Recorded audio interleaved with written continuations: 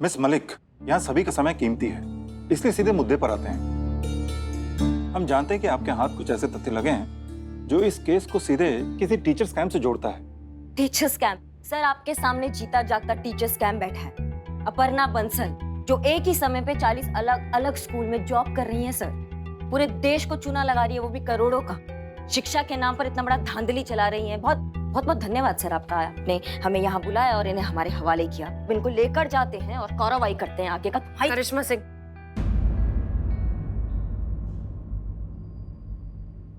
ऐसा ही करिश्मा सिंह, राइट? जी। जोश दिखाना बहुत अच्छी बात होती है करिश्मा सिंह, पर अगर गलत वक्त पर और गलत आदमी के सामने दिखाया जाए तो कभी कभी बहुत नुकसानदायक भी बन सकता है। मिस मलिक, हम जान सकते हैं कि कंप्लेन किसने किया आपको? हमारे पास तो ऐसी कोई शिकायत आई नहीं। सर है एक रिटायर्ड सीनियर टीचर, सनकी बुड्ढा। खुद तो अपनी जिंदगी में कुछ कर नहीं पाया, इसलिए दूसरों के फड्डे में टांग अड़ाकर अपनी फ्रस्ट्रेशन बाहर निकाल रहा है। वैसे कुंडली निकाली है मैंने सीनियर मास्टर की। देखिए, हमने आपको ये कहने के लिए बुलाया है कि ये हमारे डिपार्टमेंट का अंदरूनी मामला है, हम देख लेंगे क्या करना है। पुलिस को इसमें हस्तक्षेप देने की कोई जरूरत नहीं है। तो अच्छा होगा कि आप ये इन्वेस्टिगेशन बंद कर दीजिए और इस विषय में हम देख लें हमें आगे क्या करना है। आप समझ रही ना बात को? आप अपना थाना संभालिए, वहां आने वाले ये छोटे मोटे घरेलू केस देखिए। ये लिखाई पढ़ाई का काम हम पर छोड़ दीजिए। हम बैठे हैं ना देश की शिक्षा प्रणाली की जिम्मेदारी का बोझ उठाने के लिए। तुम्हारी मैया की सास करिश्मा सिंह, करिश्मा सिंह बात करने का। करिश्मा सिंह शांत। एक मिनट मैडम सर, हमको आज बोलने दीजिए। ये खुद धरती पर इतना बड़ा बोझ है, आपके समाज के बोझ का बात कर रहे हैं? हाँ, और एक मिनट, शिक्षा आपका निजी मामला कब से हो गया? ये पूरे देश का मामला है, देश के भविष्य का मामला है। समझ रहे हैं आप? जो आपने ऐसे देशद्रोही के हाथ में दे रखा है, जो एक सेकंड नहीं लगाते हैं भविष्य को कचरा करने में। तुम्हारा जैसा लोग है जो देश की नींव में ना अशिक्षा का जहर घोल रहे हैं। तुमको अरेस्ट करना चाहिए और फांसी पर चढ़ा देना चाहिए। तुम्हारे जैसे लोगों को तुमको भी पीटेंगे हम, और इसको भी पीटेंगे, और तुम्हारे जैसे जितना भी दिमाग ना खोज के निकालेंगे हम, जो शिक्षा के नाम पे इतना बड़ा जहर घोल रहे हैं, शिक्षा के नाम पर ऐसा घटिया हरकत कर रहे हैं, काला धंधा चला रहे हैं। समझे करिश्मा सिंह? आज हम मारेंगे। चलिए चलिए यहाँ से, हटो हटो। मैडम चलिए चलिए मैडम सर, चलिए चलिए, आप चलिए। डिस्कस्टिंग। करिश्मा सिंह क्या कर रही है? हम क्या कर रहे हैं मैडम सर? आप नहीं देख रही कि ये लोग क्या कर रहे हैं मैडम सर? आप देख रही हैं? देश को ना ऐसे जानवर की तरह नोच के खा रहे हैं मैडम सर। ये देश की नींव को खोखला कर रहे हैं, आगे आने वाली पीढ़ी को शिक्षा से वंचित कर मैडम सर। और आप कह रही हैं कि हम क्या कर रहे हैं? आपको दिखाई नहीं दे रहा है? नहीं, आप क्या चाहती हैं मैडम सर, कि हम अपनी आंखों में पट्टी बांध दें और अपने देश को ये काले गड्ढे में डूबता हुआ देखते रहे? हम नहीं मैडम सर, हमसे नहीं हो पाएगा। हम शिक्षा का हत्या होते हुए नहीं देख सकते मैडम सर। हमसे नहीं होगा। हम कैसे ऐसे देशद्रोहियों के हाथों से अपने देश को मरता हुआ नहीं देख सकते हैं मैडम सर। करिश्मा सिंह, नहीं मैडम सर, अभी हमारा बात पूरा नहीं हुआ है। ऐसे बहुत सारे लोग हैं मैडम सर देश में जो पढ़ना चाहते हैं, लेकिन आर्थिक तंगी की वजह से नहीं पढ़ पा रहे हैं मैडम सर। स्कूल से आगे बढ़ ही नहीं पाते हैं।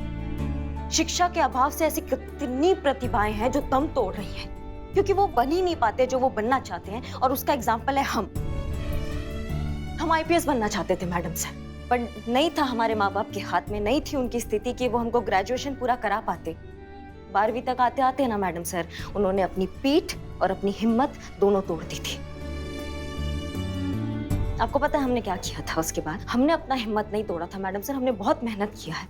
आपको पता है हमने मंदिर के आगे ना गजरे बेचे हैं, हमने जामुन बेचे हैं, हमने दिया बेचा है, तब जाके हमने अपना पढ़ाई पूरा किया मैडम सर।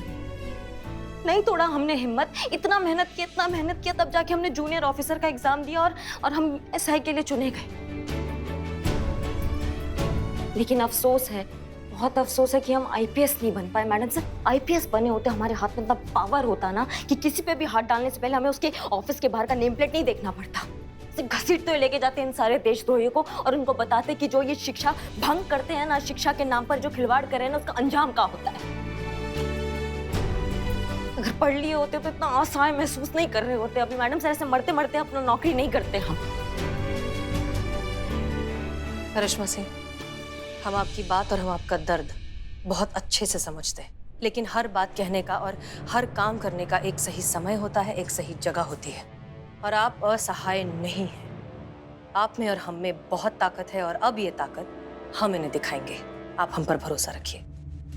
आइए।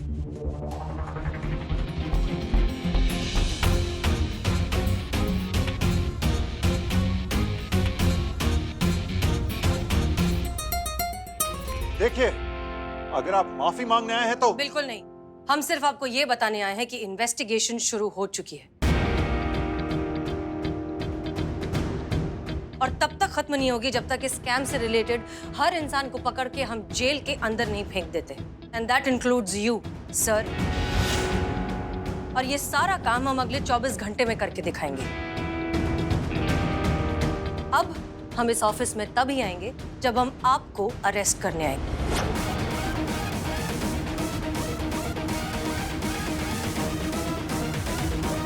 All the best.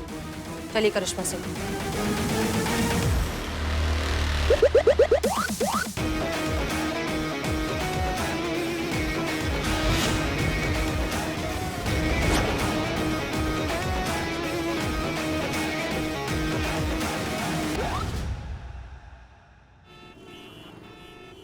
जब भी हमें समय मिलता है हम यहाँ आ जाते हैं। यहाँ आकर हमें बहुत अच्छा लगता है।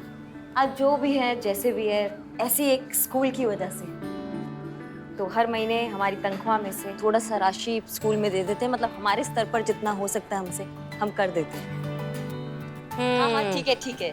आपको पता चल गया कि हमारा तनख्वाह पूरा घर का ही नहीं आता है, क्या उस वेतन का एक हिस्सा स्कूल में आता है। क्या करेंगे आप? लल्ला को बता देंगे, हमारा झगड़ा करवा देंगे। लल्ला को कह देंगे कि हम जो है पैसे उड़ाते हैं बाहर। देखा, ये है हमारी बहू रानी। हम हमेशा कहते थे कि हमारी जान से प्यारी ये बहू रानी है। क्यों संतू? नहीं तो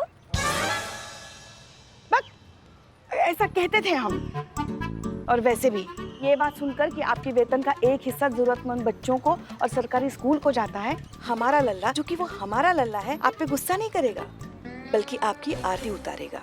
क्या बात है पुष्पा जी, इतना प्यार का बारिश आज हम पर। हाँ अब क्या ही करें, आपने काम ही तो ऐसा किया है। अब तो हम शिव जी से जिद भी करेंगे कि हर जन्म में आप ही हमारी बहू रानी बनेंगी। हाँ पक्का? पक्का। क्योंकि स्कूल जो है ना, स्कूल हमारे लिए भी बहुत अहमियत रखता है। बड़ी खूबसूरत यादें जुड़ी है हमारी स्कूल से।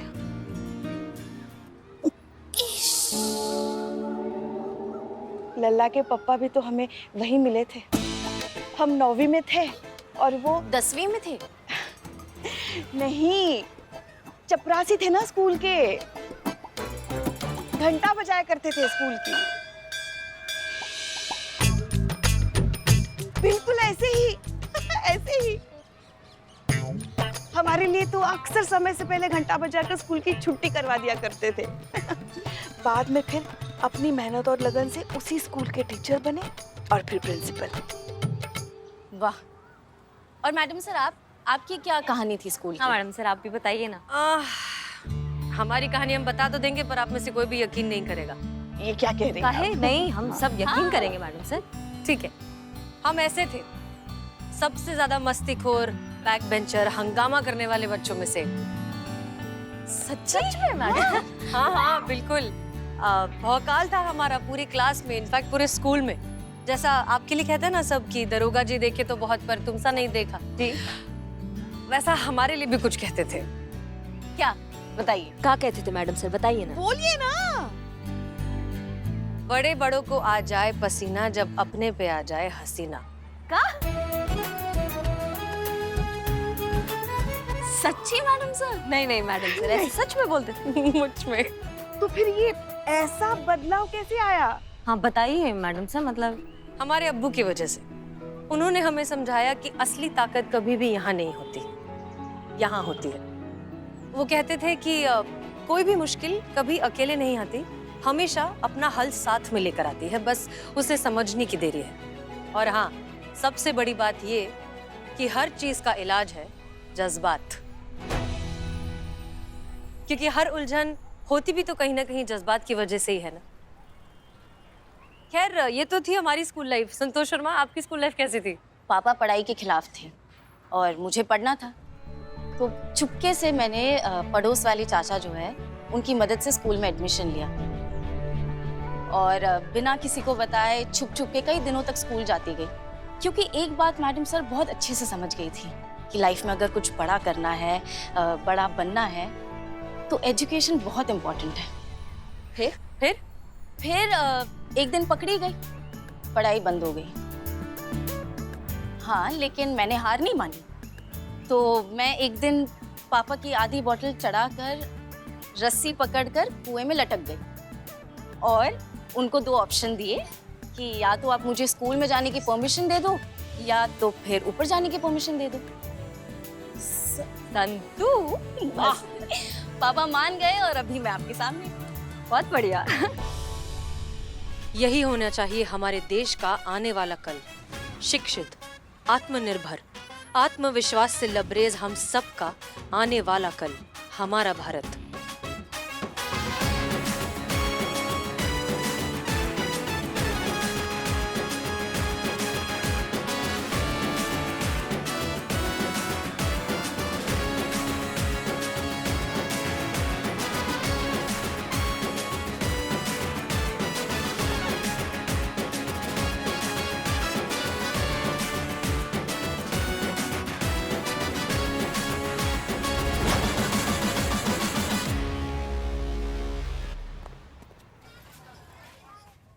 Pushpa ji madam sir. Case register कीजिए। अगले 24 घंटों के अंदर अंदर इस अपर्णा बंसल के नाम का अरेस्ट वारंट हमें चाहिए। जी मैडम सर। इस केस में जितना भी आदमी घुसा हुआ है ना, सबके नाम का अरेस्ट वारंट होना चाहिए, एक भी छूटना नहीं चाहिए। सब टोपा का चाहिए हमें अरेस्ट वारंट। लखनऊ शहर के लिए चौंका देने वाली एक सनसनीखेज खबर, एक बहुत बड़े टीचर स्कैम का खुलासा सामने आया है। सरकारी स्कूलों में चल रहे अध्यापकों का फर्जीवाड़े का मामला। अपर्णा बंसल नाम की महिला टीचर का नाम सामने आया है, जिस पर इस भ्रष्टाचार का आरोप लगा है। Head of the government school Shri Satish Chaudhary ने तुरंत इस मामले पर एक्शन लेते हुए अपने डिपार्टमेंट का एक जांच दल इस मामले की पड़ताल के लिए नियुक्त कर दिया है और शहर की जनता को ये भरोसा दिलाया है कि बहुत जल्द इस स्कैम से जुड़े लोगों पर कानूनी कार्रवाई की जाएगी। देखिए ना कैसा प्रपंच खेला है सतीश चौधरी ने मैडम सर। पहले खुद के केस का ढिंडोरा पीट दिया, फिर जांच दल बिठा दिया और सारा बाजी अपनी तरफ कर लिया। ये सारे बच के निकल जाएंगे। हमको समझ में नहीं आता कैसे कानून का कुछ करने से पहले ये अपना रास्ता साफ कर लेते हैं मैडम सर। तो जांच और नतीजा ना सब वही होगा जो ये लोग चाहेंगे। शातिर लोग हैं ये, बहुत शातिर लोग हैं ये। मिस हसीना मलिक जी, हम एजुकेशन मिनिस्ट्री के हेड ऑफिस से आए हैं। अब से ये प्रियाली सिंह का जो भी केस है हमारी एजुकेशन डिपार्टमेंट की इंटरनल टीम करेगी, आप नहीं। ये देखिए हमारे पास ऑर्डर भी है, पढ़ लीजिए।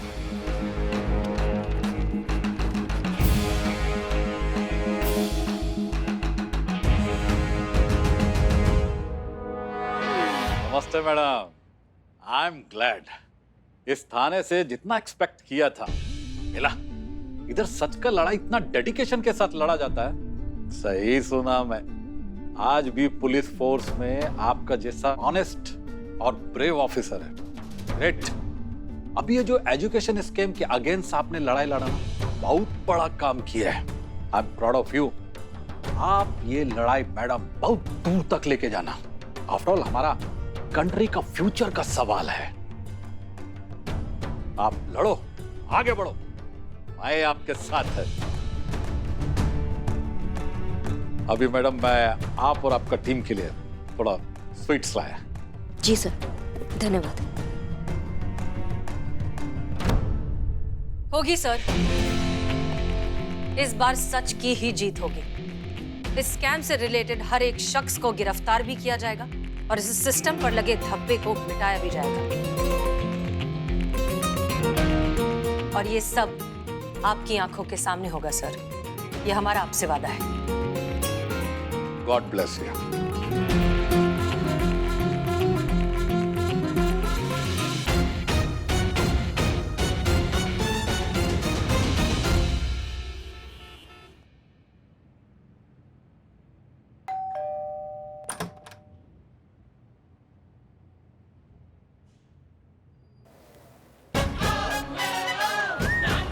जी कहिए।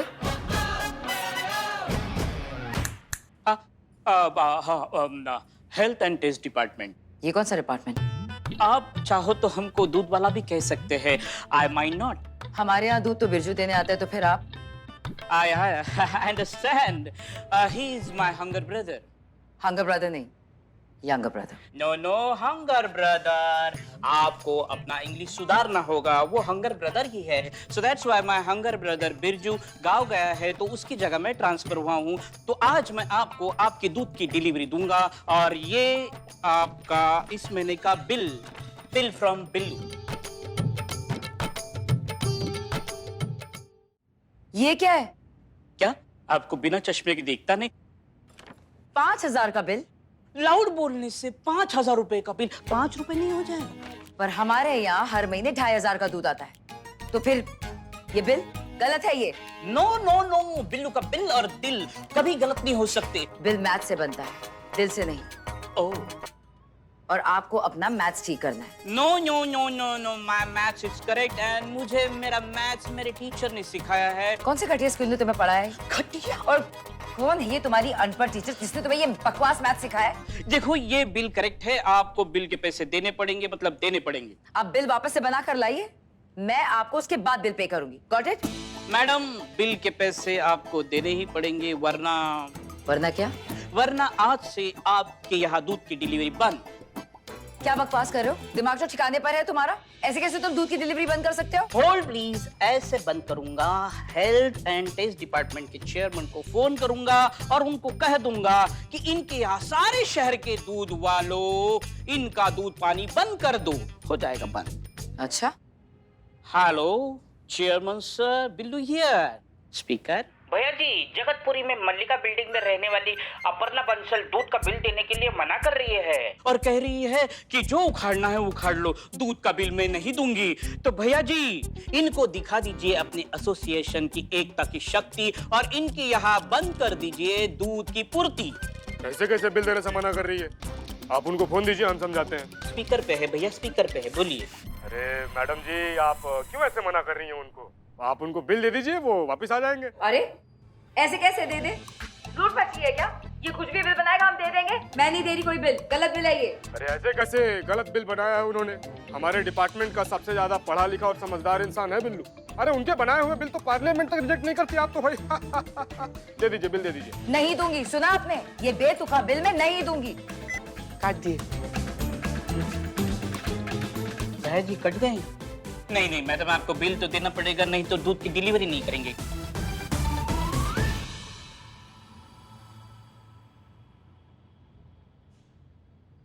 मैडम, मैडम मैं रहूं कि जाऊं?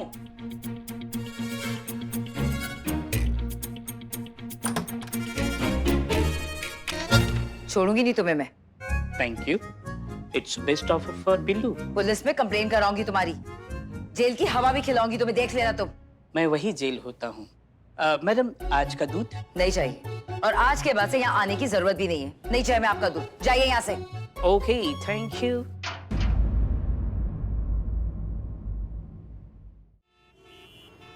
कौन है वो घटिया टेक्नीशियन जिसने मेरा लैपटॉप रिपेयर किया है? अरे मैडम, मैं बदनाम, आपका लैपटॉप मैंने ही रिपेयर किया था। अच्छा, तो लोगों का लैपटॉप खराब करने के लिए पहले से ही बदनाम है? अरे नहीं मैडम, मेरा नाम बदनाम है। अब ऐसा घटिया काम करोगे तो नाम बदनाम होगा ही ना। ओए, ओए, ओए। अरे मैडम, मेरा नाम बदनाम है, जैसा आपका नाम अपर्णा है ना, वैसा मेरा नाम बदनाम है। तुम्हें कैसे पता कि मेरा नाम अपर्णा है? अरे मैडम, जब आप लैपटॉप रिपेयर करने आई थी ना, तब आपने नाम लिखवाया था। वो सब तो ठीक है, पहले मुझे ये बताओ कि तुमने मेरे लैपटॉप के साथ क्या किया? उसे रिपेयर किया या खराब किया है? हर 5 मिनट में चलते चलते हैंग हो जाता है या तो बंद हो जाता है। अरे मैडम, चेक करता हूँ, लाइए। चेक करने की कोई जरूरत नहीं है, मैंने अपनी कंपनी की इंजीनियर से चेक करवाया है, और उसने बताया कि लैपटॉप में एक बहुत ही इंपॉर्टेंट पार्ट होता है जिसे निकाल लिया गया है, जिसकी वजह से लैपटॉप काम नहीं कर रहा है। ये तो सरासर इल्जाम है मैडम। या तो तुम एक नंबर के फ्रॉड हो, या तो बहुत ही घटिया टेक्नीशियन हो जिसे ये नहीं पता कि लैपटॉप में इंपॉर्टेंट पार्ट क्या होता है। ये तो इज्जत पे बात आ गई, वो भी अन्ना की इज्जत पे है। अभी देखा था मैडम।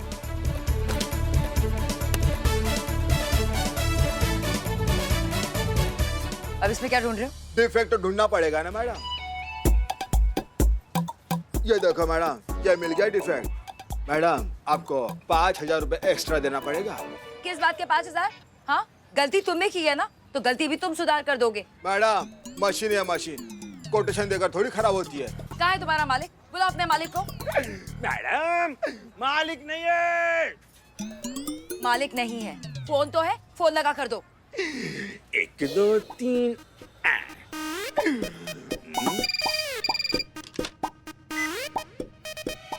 महिला police. Hello hello sir.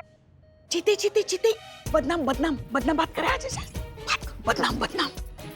Hello hello. Hello, ये क्या लूट मचा रखी है आपने अपनी दुकान पर? और ये किस नमूने को बिठा के रखा है आपने? ये खुद को टेक्नीशियन बोलता है और इसे काम का ABCD तक नहीं पता है।